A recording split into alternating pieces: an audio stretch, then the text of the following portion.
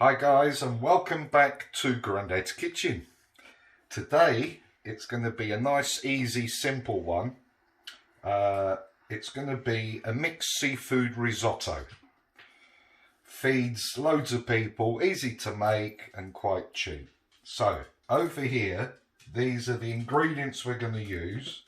So I've got some frozen mixed seafood.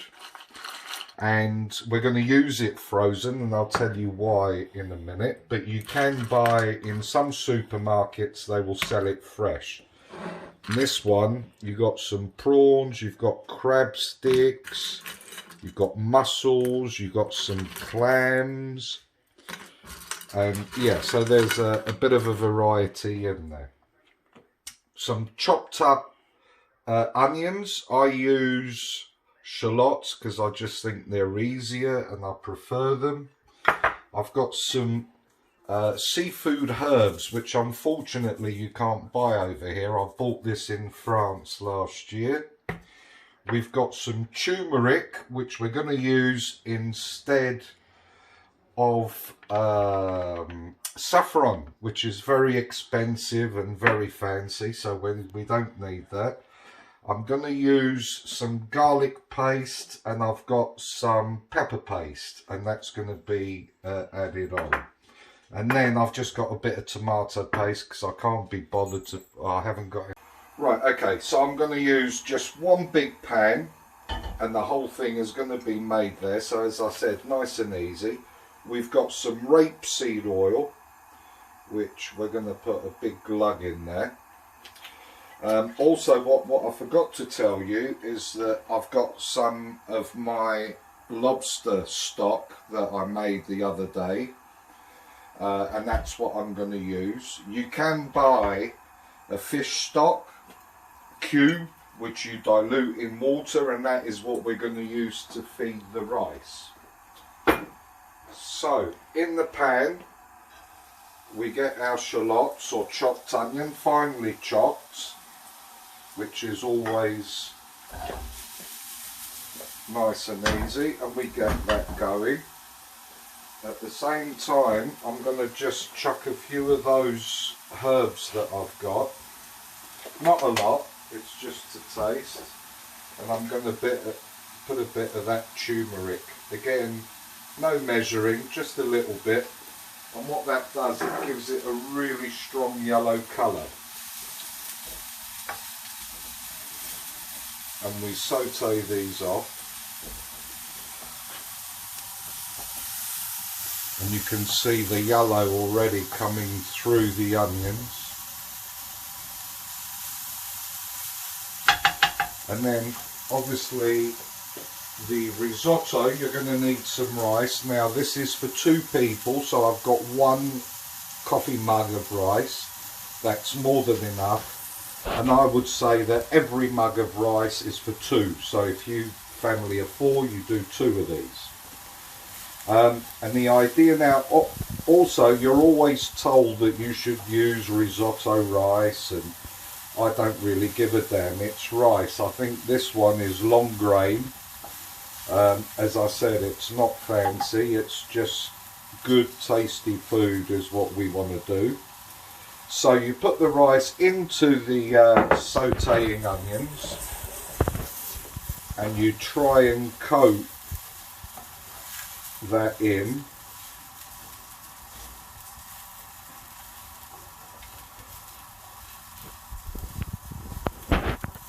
And you just give it a nice coating. And then again, you will be told by everyone, all the fancy professional chefs, that you need to feed the rice with liquid, only a little bit at a time. What I tend to do is just put a dash at the beginning and give it a mix, but then I will literally pour in more and let it start cooking. So you just need to keep mixing it because it will absorb the fluid. Right, so the rice has absorbed that bit of juice that we put on there. So now I'm going to add my shellfish. And the reason for using it straight from the freezer is that obviously you're going to get the juices from the fish to flavour your rice even more.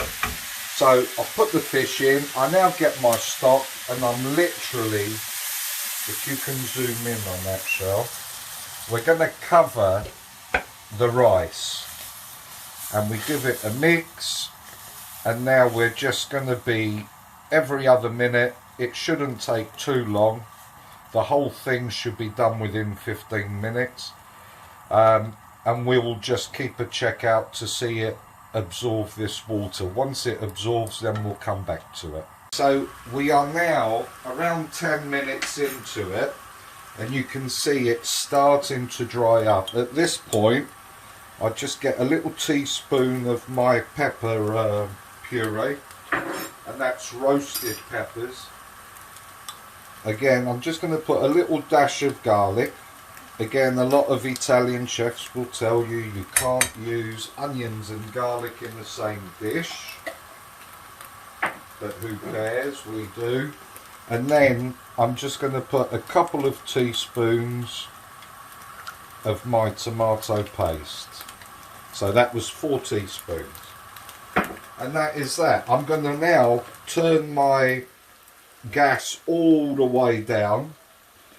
I will give this a mix, and now we just let it simmer and let it absorb all the flavours.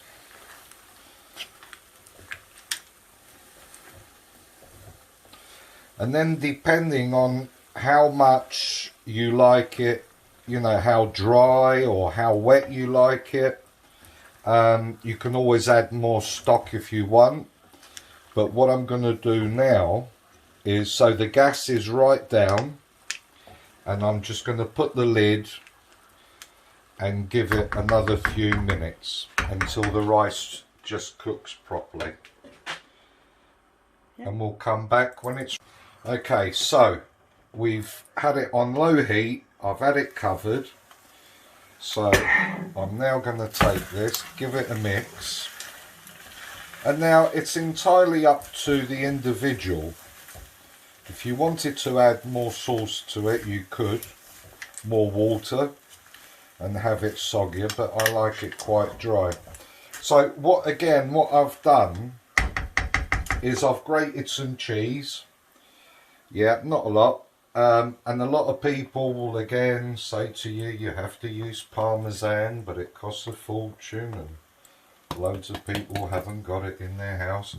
I've just used some cheddar, and what it does, it will just make it really nice and creamy.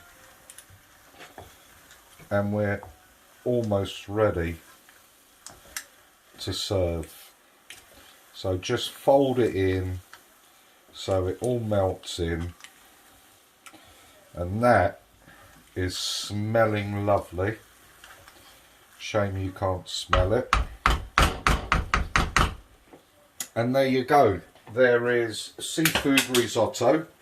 You could do this exactly the same process for you vegetarians out there. And instead of the fish, you could use mushrooms. And if you want to go to town, you could really use some wild mushrooms, which would be lovely. Or just your normal mushrooms, it's no problem at all, and it would still be really tasty. So over here, I've also, while you were away, I've sneaked in and I've done a nice little leaf salad, which will go well with this.